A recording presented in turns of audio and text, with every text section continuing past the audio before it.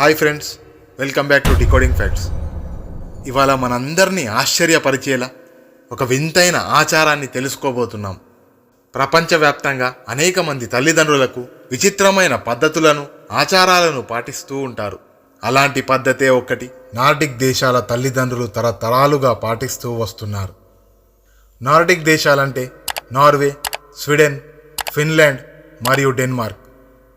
ఇది ఆశ్చర్యకరంగా అనిపించిన నార్డిక్ దేశాలలో గడ్డ కట్టే మంచులలో తమ పసి పిల్లలను పడుకోబెడతారు. ఈ దేశాలలో ప్రజలకు ఇది తరతరాలుగా వారు ఆచరిస్తున్న సాధారణ సాంప్రదాయం. ఈ సాంప్రదాయం గురించి మరింత లోతుగా తెలుసుకునే ప్రయత్నం చేద్దాం. అంతలోపు ఈ వీడియోని చూస్తున్న వాళ్ళు ఒక లైక్ కొట్టండి మరియు మా ఛానల్ని సబ్స్క్రైబ్ చేసుకొని పక్కనే ఉన్న బెల్ ఐకాన్ని యాక్టివేట్ చేసుకోండి. మరిన్ని ఇలాంటి ఇంట్రెస్టింగ్ వీడియోస్ మిస్ కాకుండా ఉంటుంది.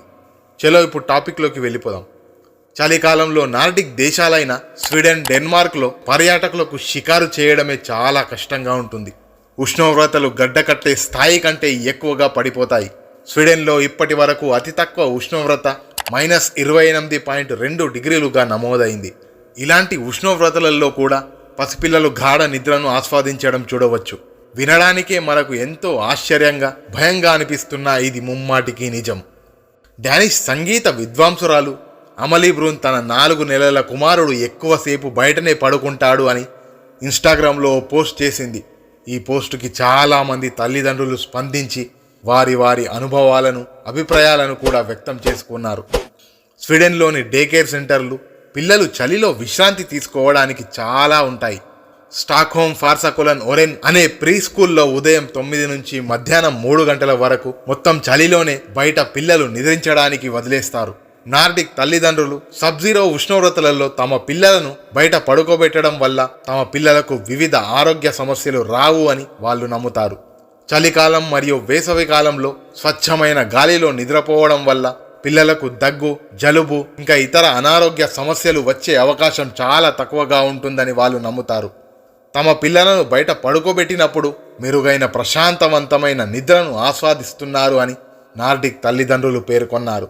2008లో ఉత్తర ఫిన్లాండ్లో తల్లిదండ్రులతో నిర్వహించిన ఒక అధ్యయనంలో పిల్లలు -27 డిగ్రీస్ నుండి +5 డిగ్రీల మధ్య ఉష్ణోగ్రతలలో ఆరుబయట ఎక్కువసేపు నిద్రపోతారని కనుగొన్నారు.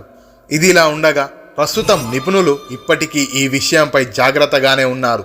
గడ్డకట్టే ఉష్ణోగ్రతలలో నిద్రించే పిల్లలకు ప్రయోజనాలు కలిగి ఉండవచ్చు, కానీ ఇది ప్రమాదాలతో కూడి ఉంటుందని పేర్కొన్నారు. పిల్లలను అతి చలి అంటే సబ్జీరో ఉష్ణోగ్రతల బారిన పడకుండా చూసుకోవడం అతి ముఖ్యమైన అంశం. పిల్లల యొక్క శరీర ఉష్ణోగ్రత పెద్దవారి కంటే 4 రెట్లు వేగంగా పడిపోతుంది. పిల్లలను ఎంత వీలైతే అంత వెచ్చగా ఉంచడం ముఖ్యమైన విషయమని చాలామంది నిపుణులు మరియు డాక్టర్లు సూచిస్తున్నారు. కానీ గడ్డకట్టే ఉష్ణోగ్రతలలో పిల్లలను పడుకోబెట్టడం అనేది నార్డిక్ ప్రాంతాలలో చాలా కాలంగా కొనసాగుతున్న సాంప్రదాయం. మనందరినీ ఆశ్చర్యపరిచే ఈ సాంప్రదాయం గురించి మీ అభిప్రాయాలను కామెంట్ రూపంలో తెలియజేయండి.